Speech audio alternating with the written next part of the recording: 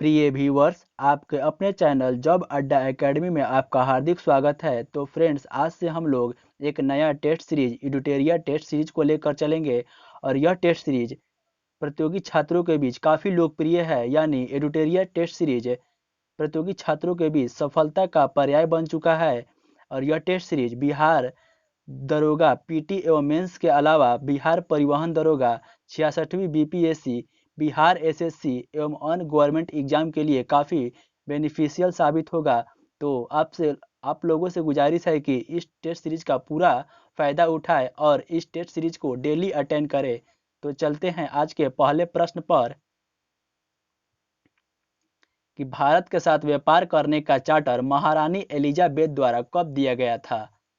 तो इसका right answer होगा ऑप्शन बी, यानी 31 दिसंबर सन 1600 ईस्वी को। यहाँ ध्यान देंगे कि जब महारानी एलिजाबेथ का शासनकाल था तो उस समय ब्रिटेन का प्रधानमंत्री पामस्टर्न थे और भारत का वायसराय लॉर्ड कैनिंग।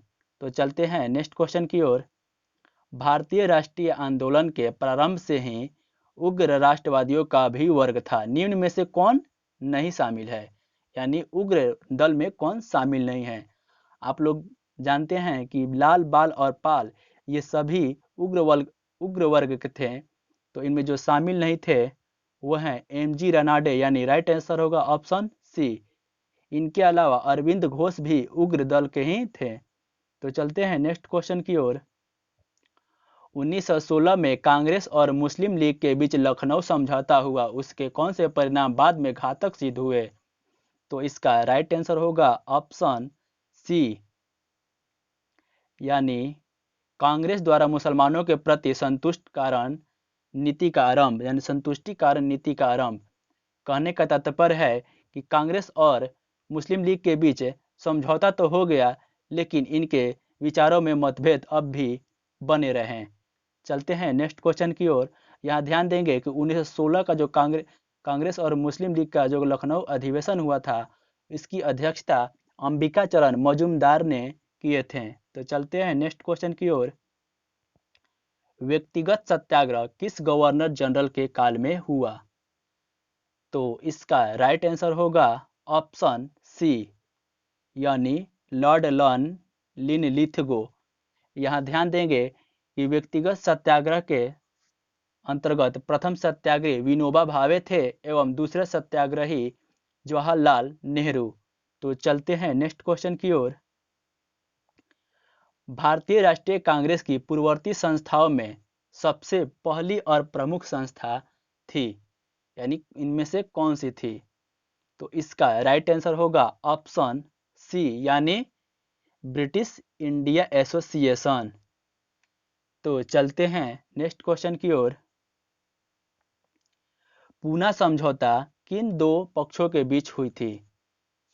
तो इसका राइट आंसर होगा ऑप्शन सी, यानी दलित वर्ग और हिंदू वर्ग।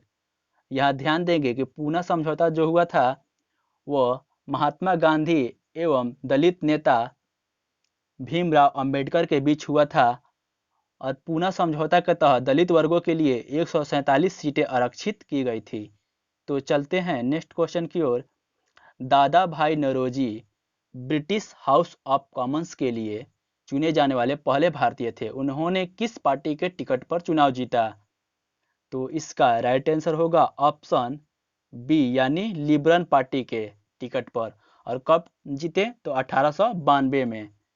चलते हैं नेक्स्ट क्वेश्चन की ओर। ब्रिटिश संसद ने स्वतंत्रता कानून 1947 पारित किया, यानी कब पारित किया। तो इसका राइट आंसर होगा ऑप्शन ए, यानी जून 1947 में। तो चलते हैं नेक्स्ट क्वेश्चन की ओर।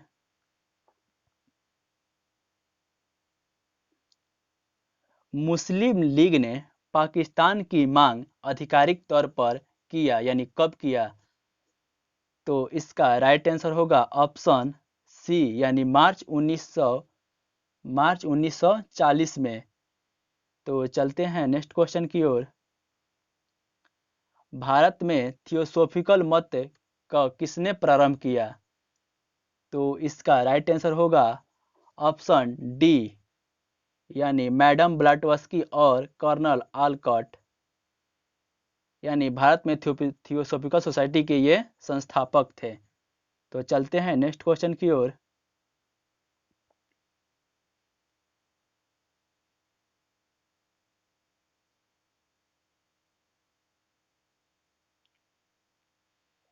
ये मैथ के क्वेश्चन है, तो इसका हम आंसर बता देते हैं और इसका डिटेलिंग एक अलग वीडियो में करा दिया जाएगा।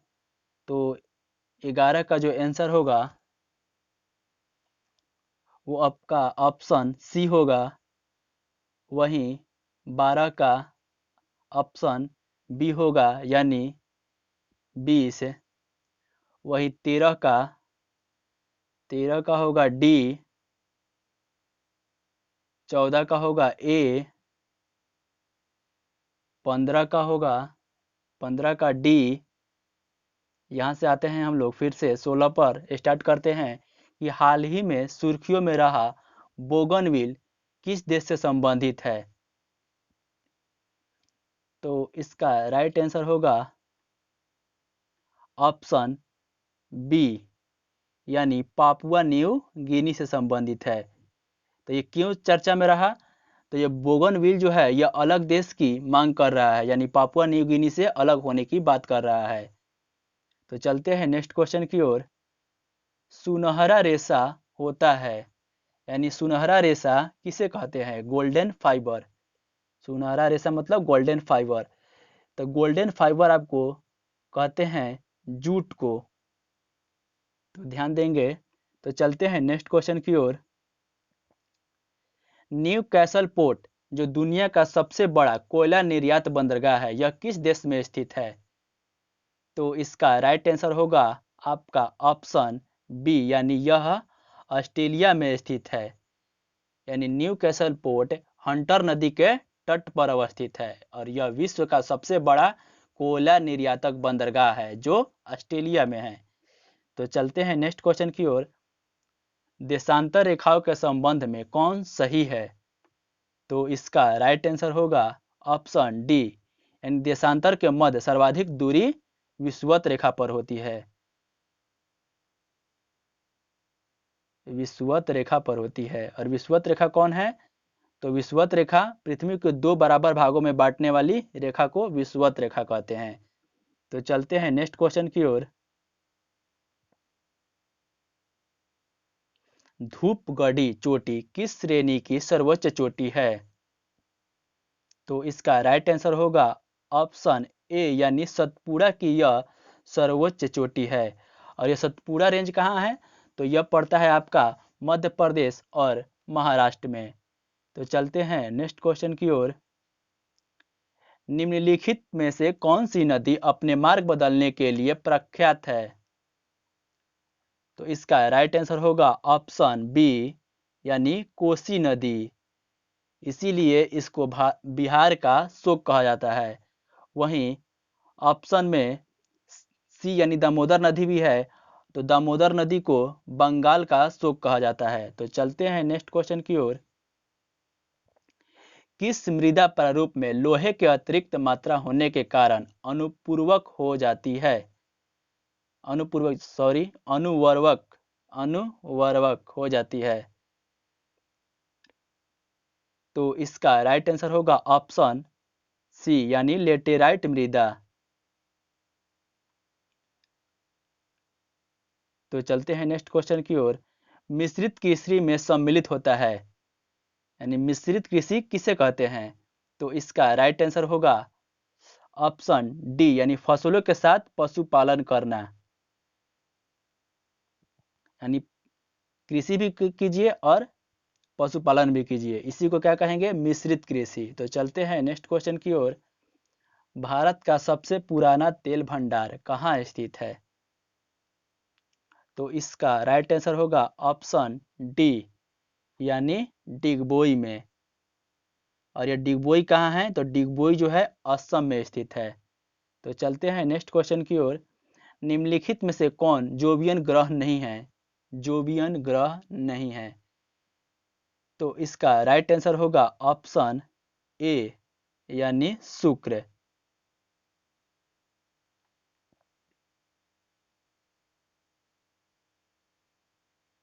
यहाँ थोड़ा सा ध्यान देंगे कि बृहस्पति, शनि, यूरेनस और नेपच्यून ग्रहों को बड़े आकार के कारण इसे जोवियन ग्रह कहा जाता है, लेकिन शुक्र का आकार छोटा है इसलिए इसे जोवियन ग्रह नहीं कहा जाता है। तो चलते हैं नेक्स्ट क्वेश्चन की ओर।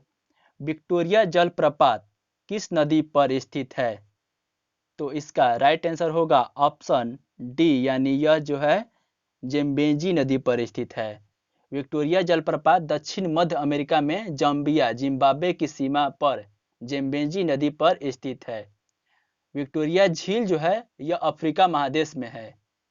तो चलते हैं नेक्स्ट क्वेश्चन की ओर।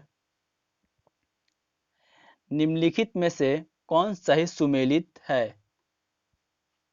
तो आप लोग जानते हैं, तो इसका राइट आंसर होगा ऑप्शन सी, यानी 1 और 3, यानी क्षोभ मंडल, यानी मौसम से संबंधित जितनी भी घटनाएं हैं वह क्षोभ मंडल में होती है। और बेतार संचार के लिए महत्वपूर्ण मंडल, यानी संचार के लिए जो महत्वपूर्ण मंडल है वो आयनन मंडल है, यानी 1 और 3 इसका राइट आंसर होगा। तो चलते हैं नेक्स्ट क्वेश्चन की ओर। कौन सी जनजाति उत्तरी ध्रुवीय क्षेत्र में चारों तरफ निवास करती है? तो इसका राइट आंसर होगा ऑप्शन बी, यानी एस्किमो जनजाति। और एस्किमो जनजाति के घर बर्फ के बने होते हैं। तो चलते हैं नेक्स्ट क्वेश्चन की ओर। महासागरीय धाराओं को निम्न में से कौन प्रभावित नहीं करता है? तो इसका राइट आंसर होगा ऑप्शन ए, यानी पृथ्वी का प्रकीर्णन, परिक्रमण। तो चलते हैं नेक्स्ट क्वेश्चन की ओर। अप्रैल 2020 में किस व्यक्ति को केंद्रीय सतर्कता आयुक्त, जिसे सीवीसी सेंट्रल विजिलेंस कमीशन कहते हैं, नियुक्त किया गया? तो इसका राइट आंसर होगा ऑप्शन डी, यानी संजय कोठारी को सीवीसी का अध्यक्ष नियुक्त किया गया है। तो चलते हैं नेक्स्ट क्वेश्चन की ओर।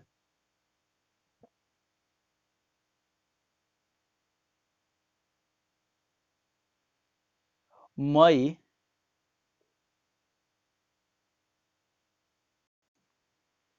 किस राष्ट्रीय उद्यान में वन्य जीवों के लिए देश की पहली क्वारंटीन सुविधा स्थापित की गई है?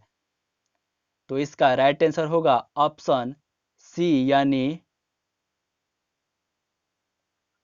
जिम कॉर्बेट नेशनल पार्क है। और यह कहाँ स्थित है? तो यह उत्तराखंड में स्थित है। इसका पुराना नाम क्या है? तहेली नेशनल पार्क है। यह ध्यान देंगे। तो चलते हैं नेक्स्ट क्वेश्चन की ओर। विश्व स्वास्थ्य दिवस 2020 का थीम क्या है? तो इसका राइट आंसर होगा ऑप्शन सी, यानी सपोर्ट नर्स एंड मिडवाइज। और विश्व स्वास्थ्य दिवस मनाया जाता है आपको 7 अप्रैल को। तो चलते हैं नेक्स्ट क्वेश्चन की ओर। हाल ही में मैटरहार्न पर्वत पर भारतीय ध्वज को प्रकाशित किया गया, यह किस पर्वत की प्रसिद्ध चोटी है? तो इसका राइट आंसर होगा माउंट आल्पस की, यानी ऑप्शन डी। और यहाँ ध्यान देंगे कि जो मैटरहार्न पर्वत जो है यह आपका स्विट्जरलैंड में पड़ता है। तो चलते हैं नेक्स्ट क्वेश्चन की ओर।